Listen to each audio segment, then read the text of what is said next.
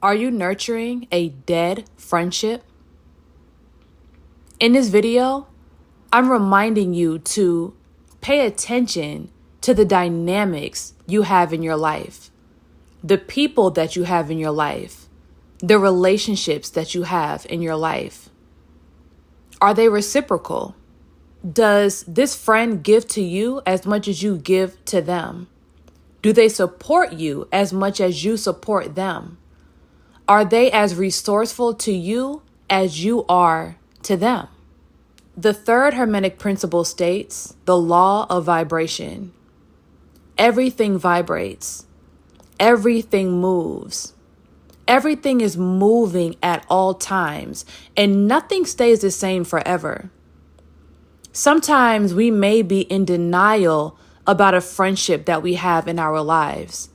Back in the day, we remember how close we were with someone, right?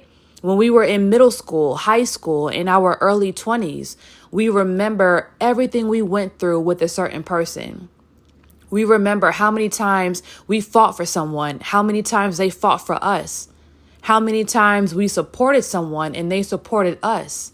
But sometimes the dynamic of friendships change as we get older. When we get older, we come into ourselves more. We come into our life purpose. We move to different countries. We have different interests, right? We may get into a relationship and become a little bit more distant to our friends. And in friendships, you're either growing in harmony, where you both are coming into yourselves nonetheless, but you still get along, you still have chemistry. You may not see each other more than a couple times a year, but once you come back together, it's all love, like no time left. But sometimes when we get older, the dynamic between us and certain people can become a little bit more hostile, a little bit weirder, right? We start to peep signs of envy, of jealousy. The friend that we used to trust with all of our information, now we have to be a little bit more guarded because they like to throw little shade here and there. They like to criticize our situation or our relationship or what we do to make money.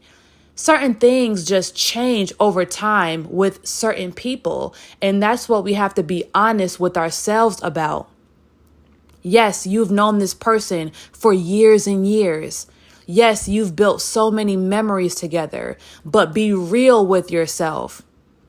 Has the relationship changed for the worst, or has it changed for the better? In my life, it took me so long to realize that me and someone that I've known for over 10 years just was not friends like we used to be, right? I was so stuck on how I knew them back in the day. I was so stuck on the height of our friendship and the good times of our friendship that I tried to ignore the shady comments, the backhanded compliments. I tried to ignore the subliminal posts online. I tried to ignore the over criticism for no good reason. I tried to ignore me hearing that they had a conversation about me behind my back when I wasn't there and it was not in good faith. I tried to ignore all of these things, right? I tried to pretend and just be delusional like we were what we used to be. But I had to accept the fact and just realize that I was actually nurturing a dead friendship. So I understand that certain things can chip away at a friendship over time, right? If there is not enough communication, accountability, and just forgiveness, right? So a little story about me and one of my friendships. We were friends since elementary school, right? I've known this person for well over 20 years. And we were just cool for a long time. Like, we always had each other's back. We knew everything about one another. And we were just like, we knew each other like the back of each other's hand, right? Now, as we got older, we started to develop into our own people, of course, and we started to have a difference in opinions, and we started to debate more and disagree with each other more. And certain things and people, I feel like, got in between our friendship, and it kind of just made our friendship go left a little bit, right? And at one point, we ended up getting in a big argument and we ended up falling out for almost a whole year. Now, after that year, I ended up pulling up at her house and I had every intent to take accountability for my actions and apologize and get us back to where we were back in the day, right? Now, one thing that I noticed, but I guess I didn't really take it into consideration at this moment, but I apologize for what I did to her and how my words might have made her feel, but she never apologized to me, right? She was more like basking in my apology and saying, oh, it's okay, blah, blah, blah. But I never actually demanded or even suggested for her to take accountability for how she made me feel, because I felt like if I did that, I would be being confrontational, right? So I was good with not receiving an apology. I was good. And after all, an apology is for yourself. It's not for another person. And you don't apologize to someone else with the expectation of receiving an apology from them.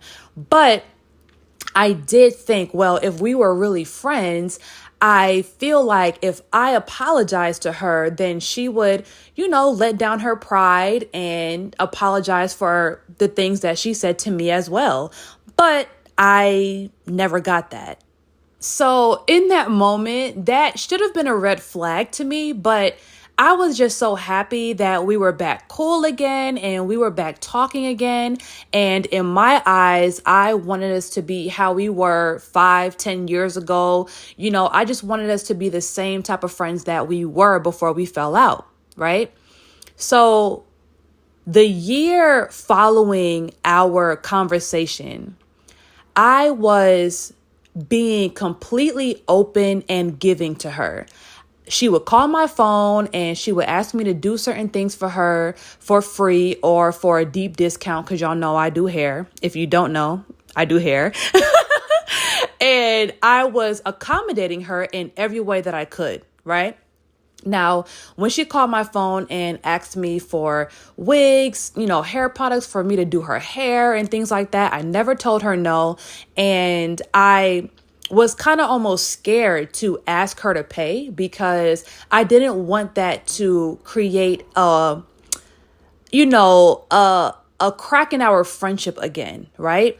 I wanted to be the same old open, friend that I was to her, the same old giving friend that I was to her. And I wanted it to feel how it felt back in the day.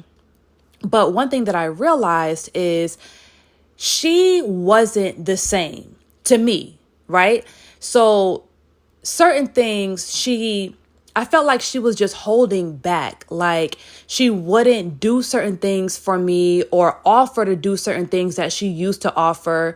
And I felt like I was the same friend, but I felt like she wasn't the same friend. I had my guard completely down, but I felt like her guard was still up, right? Now, in my perception, I started to feel dumber and dumber and dumber and dumber because I was doing everything that I could to make our friendship feel the way it did, right? I wanted to just completely dig our argument and our fallout under a rug, and I never wanted it to come up ever again. I never wanted to offend her ever again. And I kind of felt like our friendship was kind of like on thin ice, right? I felt like after we got back cool, she was still kind of like hypersensitive.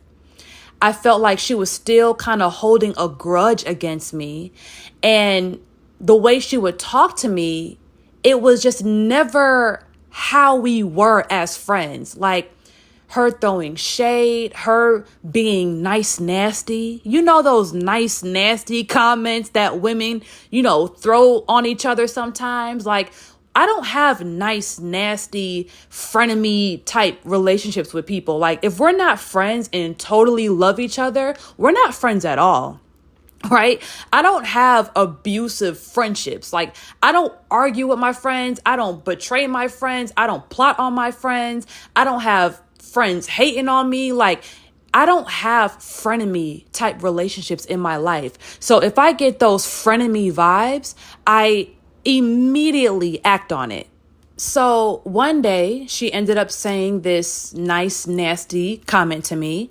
And instead of laughing it off and ignoring it like I normally would, I said something about it. I mentioned it and I did not let it slide because I refuse to have frenemies in my life. I refuse to have mentally abusive friendships in my life. I don't want a nice, nasty friend that supports me one day and throws shade at me the next. We either love each other, and support each other and back each other 100%, or we're just not friends, right? That's how I rock in my life. I don't shade my friends. I don't try them. I don't disrespect them. I don't try their gangster. Like, I don't do that. I don't do that. That's not how I roll. That's not how I am. So when I have someone in my life that tries me, right? I immediately take that for, we're not friends. We're not friends as much as I thought we were, because you'll try me when I never tried you, right? Or you'll throw shade at me when I never threw shade at you. You'll overly criticize me when I never criticized you, right? So right after that, we ended up getting in another argument that went from like 0 to 100. I feel like, I guess we were both triggered in that moment. I was so disappointed and so angry that was even happening. And honestly, I feel like she was probably waiting on that moment, because right after, she went on her social media accounts and was posting my picture and talking all this smack and just doing the most, right? Now, one thing I know, and one thing my boyfriend had to remind me, is if someone takes your beef to social media to the point where they're mentioning your name, posting your picture, and really trying to assassinate your character, that's not your friend. But the crazy thing about it is, even after that, y'all, I don't know if I am too loving or if I am dependent, if I am too attached, if I have Stockholm syndrome, or what the case is. But even after that, I tried to reach out to her. I tried to have a conversation with her. I was ready to throw that whole thing under the rug again. But thankfully, God prevented that from happening. And I actually had time and space to not be around her. I had time and space to look at the situation from an outside point of view and really ask myself, was this friendship even worth fighting for? Right? Was I just people pleasing the whole year after we got back cool? I'm doing things for her. I'm still accommodating her. Every time she calls my phone, I'm telling her yes. Like, I'm really trying to work with her, be her friend, be just giving and, just completely giving. And I don't know if I was just being a people pleaser that whole time. Right? If I was nurturing a friendship that was giving nothing to me, and I was confused about it because we've been friends for so long, I didn't notice the switch when it happened. I didn't notice. I tried to give it time. I didn't expect anything from her, but also I really wasn't vetting the situation at all. I didn't realize or come into acceptance that after we got back cool, that my guard was totally down and hers was still totally up. And I felt like a fool because if I knew that that's what it would have been, I probably would have not even entertained the idea of us becoming friends again. But I didn't know, you know? I didn't know. So, in all, I learned that if a friendship or any type of relationship is not reciprocal, it really does not take a long time to see that, right? I waited a year, right? But that's only because of me and the type of person I am. I may have had detachment issues. I may have had a certain level of Stockholm, but now I know it does not take long to see if somebody wants to reciprocate energy. It does not take long to see if somebody values having you in their life. It does not take long. So your situation may be totally different than mine, right? You may be in a brand new friendship, right? Trying to vet this person and see if this friendship is worth your time and energy. Or you may have a similar experience where you're trying to reconnect with someone that you used to be friends with, but now you're realizing that I don't know if this dynamic is the same. I don't know if we trust each other the same. I don't know if we have to take longer to build trust again because we already kind of hurt each other. But sometimes you have to accept the fact that other people may not forgive as quick as you do. Other people may not want to move on as quick as you do. And in that moment where we had that conversation, like I told y'all about earlier, I'm the only one that apologized to her. I'm the only one that took accountability for my actions and my part. And she never apologized. She never took accountability for anything. She never asked me or just was concerned about how I felt or my feelings at all. And in that moment, I should have known that that was the foundation of the entire future of our friendship from that point on. I was going to be the one to be the soft one, the real one, the one that was willing to have a conversation, the one that was willing to put my pride down. But that moment should have taught me that she was not willing to do that. So in the end, I realized that I was so blinded by trying to rebuild a friendship with her and maintain it while feeling like we were on thin ice the whole time, that I was actually nurturing a dead friendship. Now, do I regret it? Of course not. I will always be myself. I will always have an open heart. I will always be apologetic when I'm wrong. I will always try to fix things if I feel like it's fixable. And I'm not so scarred or traumatized to the point where I cut people off at the drop of a dime or, I'm not like that. I give a lot of chances, but I'm way smarter now than how I used to be. But I'm not cold-hearted, and I pride myself on that. I don't want to be cold-hearted. I understand that people are people and humans are not perfect, right? Now, will I have people around me that have it out for me? No. Will I have people around me that hate on me? No. Will I have people that give me frenemy, nice, nasty energy? Absolutely not. But my experience with her is not going to prevent me from desiring more new female friends in my life. I love connecting, and I will never change that about myself. So once again, make sure you're vetting the people around you, even if they've been in your life for years and years, because you'll never know when things can change, right? You'll never know what people are anticipating. People may be waiting to get into it with you.